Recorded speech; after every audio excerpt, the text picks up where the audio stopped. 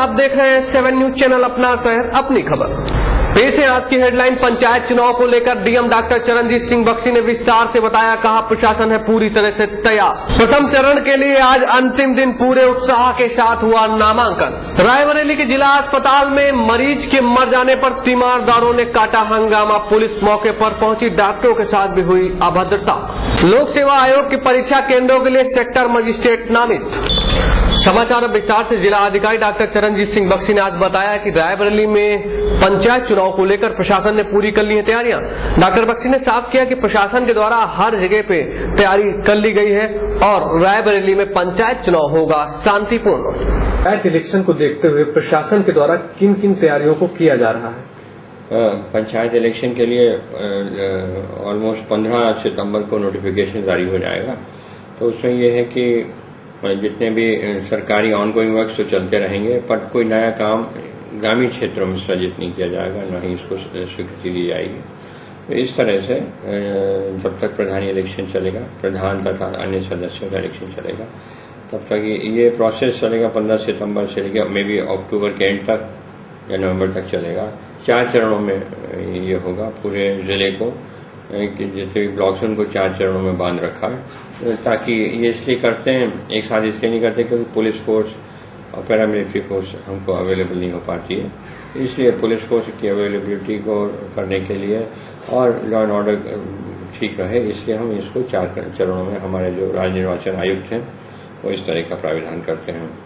तो फिर ये होगा। जहां तक यह है कि हमारे लेवल पर सभी आरओ की ड्यूटी की तैनाती की जा चुकी है, आदेश निर्गत हो गए। इसी तरह सेक्टर मजिस्ट्रेट की भी आदेश जारी कर दिए गए।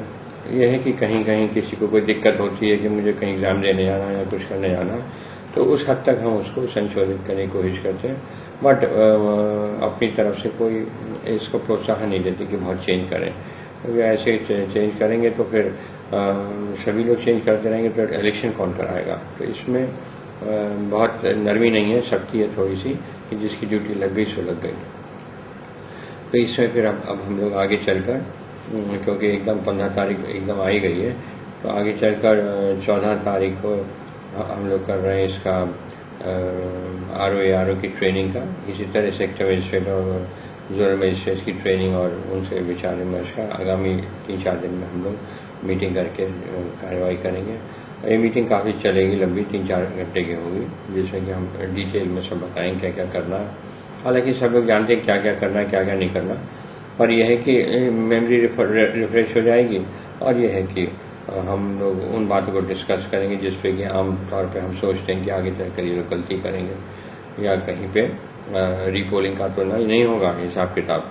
तो वो इस तरह से हम लोग इस चीज को मद्देनजर रखते हुए हम लोग ये तैयारी करेंगे, तो जो कि आगामी 4-5 दिन में पूर्ण कर ली जाएगी। लोक सेवा आयोग उत्तर प्रदेश की परीक्षाओं को लेकर मजिस्ट्रेट घोषित कर दिए गए हैं। जिला अधिकारी डॉक्टर चरणजीत सिंह बख्शी ने एक बैठक में यह कहा कि लोक सेवा आयोग के लिए सभी परीक्षा केंद्रों के लिए मजिस्ट्रेट नियुक्त हो चुके हैं।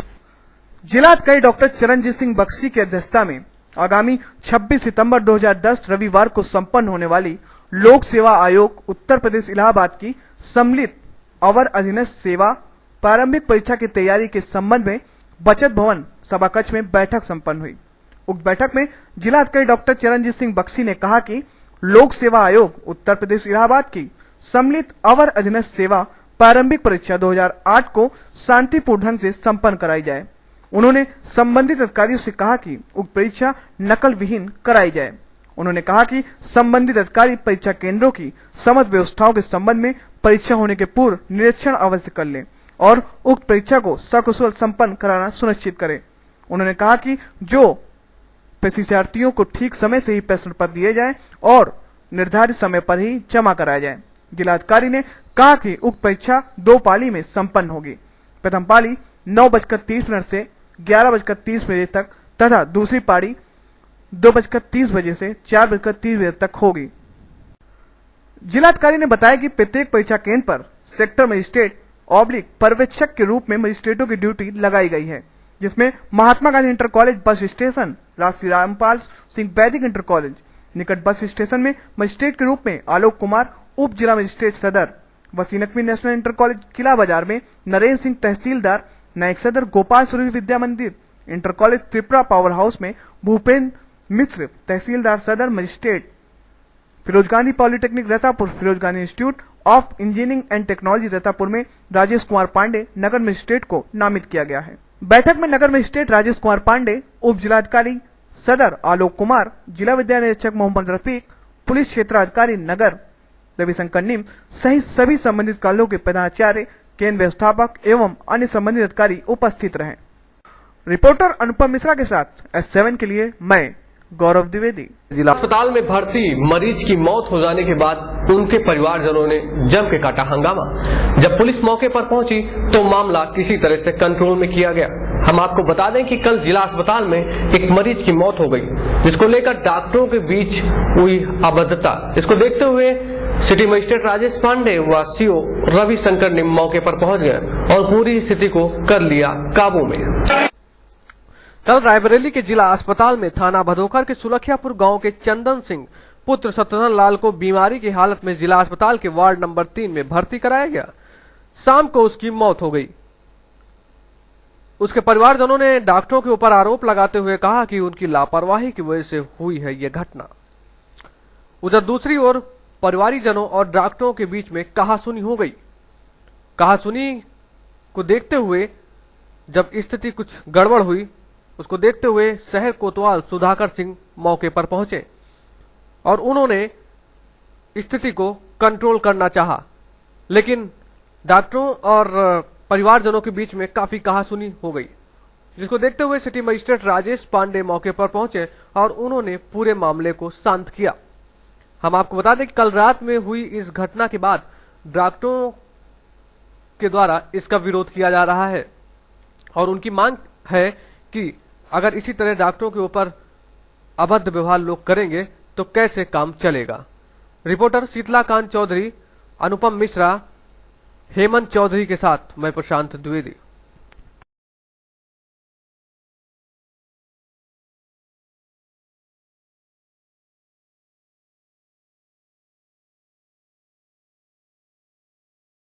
आपको क्या कहना है? कल एक बहुत दुखद घटना घटी। एक हमारा इमरजेंसी मेडिकल अफसर को कुछ असामाजिक तत्वों ने बेवजह उसको पीट दिया।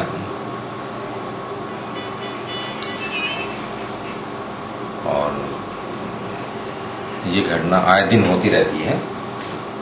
अभी बाराबंकी में भी कल हुई घटना इस तरह की। तो इस तरह से कोई भी डॉक्टर जो है ये नहीं चाहता कि उसका मरीज जो है मर जाए। हर आदमी जी जान से जो है मरीजों की सेवा करता है।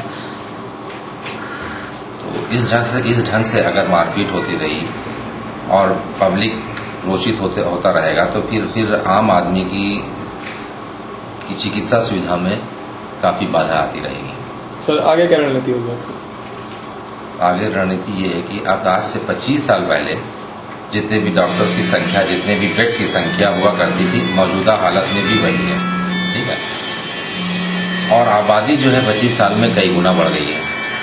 और हर मरीज का तीमारदार यही सोचता है कि हमारे मरीज को फौरन अटेंड कर लिया जाए और बार बार अटेंड किया जाना चाहिए। तो इस तरह से जब तक ह्यूमन रिसोर्सेज या डॉक्टर्स की संख्या ना बढ़ाई जाएगी, बेड की संख्या नहीं बढ़ाई जाएगी, तो इस ढंग की जो है सुविधा जो है दे पाना मुश्किल है। तो इस तरह से जो है आए दिन हमेशा इस तरह के बवाल होते रहेंगे। और पब्लिक में भी एक मैसेज देना चाहता हूं कि पब्लिक को भी इस ढंग से सोचना चाहिए कि कोई भी डॉक्टर किसी मरीज का दुश्मन नहीं होता है। वो भी चाहता है कि मेरा मरीज ठीक होगा, मेरा मरीज कायदे से इन्वेस्टिगेट होगा तो उस डॉक्टर मेरा भी नाम रोशन होगा, अच्छा नाम होगा। तो उस मरीज अटेंडेंट को बड़े उससे सौहार्दपूर्ण प्यार से भी रहना चाहिए डॉक्टरों के पास। वहाँ FIR दर्ज कर ली गई है और उम्मीद करता हूँ कि उस दोषी व्यक्तियों के खिलाफ जो है सख्त कार्रवाई होगी कि इस तरह की कम से कम एक समाज में संदेश जाएगा कि इस तरह की घटना अस्पताल में दोबारा न हो। और एडमिनिस्ट्रेशन से पूरा मुझे भरोसा है, उम्मीद है, विश्वास है कि वो उचित कार्रवाई। पंचायत चुनाव में प्रथम चरण के लिए आज अंतिम दिन नामांकन प्रक्रिया बड़े ही उत्साह के साथ की गई। हम आपको बता दें कलेक्ट्रेट में आज नामांकन बड़े उत्साह के साथ लोगों ने किया, क्योंकि कारण यह था कि आज अंतिम दिन था प्रथम चरण के चुनाव के लिए। कल जिला अस्पताल में तीमारदार की मौत हो जाने के बाद पंचायत चुनाव में प्रथम चरण के लिए हो रहे नामांकन के तीसरे और अंतिम दिन आज भी पूरे उत्साह के साथ प्रत्याशियों ने पर्चा भरा। दोपहर 2 बजे तक आज राही, सताओ, हरचंदपुर और अमावा से 20 प्रत्याशियों ने जिला पंचायत सदस्य पद के लिए नामांकन किया, जबकि प्रधान, बीडीसी व ग्राम पंचायत सदस्य के लिए सभी ब्लॉक मुख्यालयों पर गहमागहमी रही। सताओ प्रथम से बिल्हऊ मऊ निवासी नीलम सिंह पत्नी राजेश सिंह ने 5 दर्जन से अधिक 4 पहिया वाहनों के काफिले के साथ नामांकन पत्र दाखिल किया। सताओ प्रथम से ही समाजवादी पार्टी के युवजन सभा अध्यक्ष चंद्रराज पटेल ने पूरे उत्साह के साथ पर्चा भरा। उनके साथ भी समर्थकों की अच्छी खासी फौज रही। सताओ द्वितीय से गढ़ी दूलाराम निवासी देवानंद ने अपना नामांकन पत्र दाखिल किया। उधर राही चतुर से पप्पू यादव की मां तुलसा देवी ने जिला पंचायत सदस्य पद के लिए नामांकन किया। इस तरह राही ब्लॉक में आज भी प्रथम चरण के लिए तमाम प्रधानों, बीडीसी व ग्राम पंचायत सदस्य पद के लिए लोगों ने नामांकन पत्र दाखिल किए। सताओ, हरचंदपुर व अमाव ब्लॉकों में गहमागहमी रही। बताया गया कि कल 29 से 28 तक द्वितीय चरण में सरेनी, खीरों, लालगंज व डलमऊ ब्लॉक मुख्यालयों पर नामांकन होगा। इस बीच हरचंदपुर ब्लॉक में ग्राम सभा लोहानीपुर के प्रधान पद के लिए मोहम्मद उस्मान निजामी ने भी अपना पर्चा भरा। रिपोर्टर अनुपम मिश्रा शीतलाकांत के साथ कलेक्ट्रेट से S7 के लिए मैं गौरव द्विवेदी।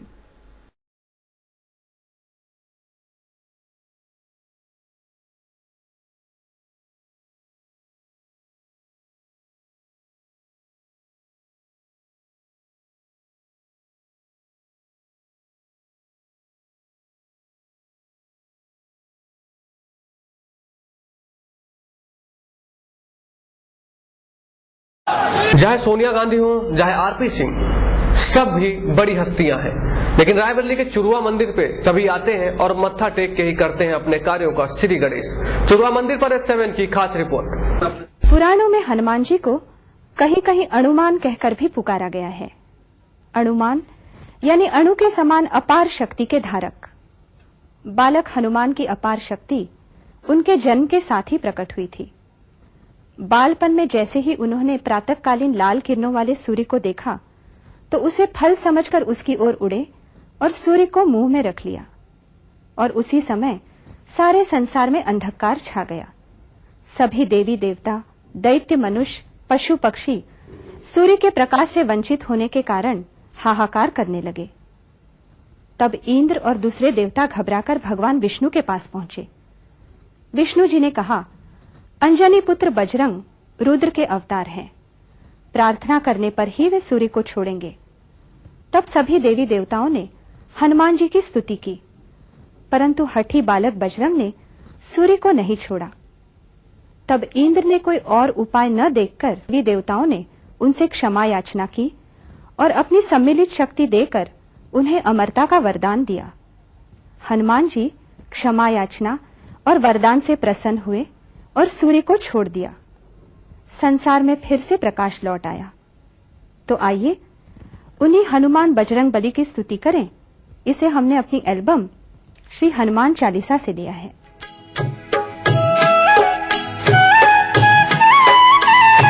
बाल समय रवि भक्षी लियो तब तीनहु लोक भयो अंधियारो, ताहि सो त्रास भयो जग को, यह संकट काहू सो जात न टारो। देवन आनी करी बिनती, तब छाड़ी दियो रवि कष्ट निवारो।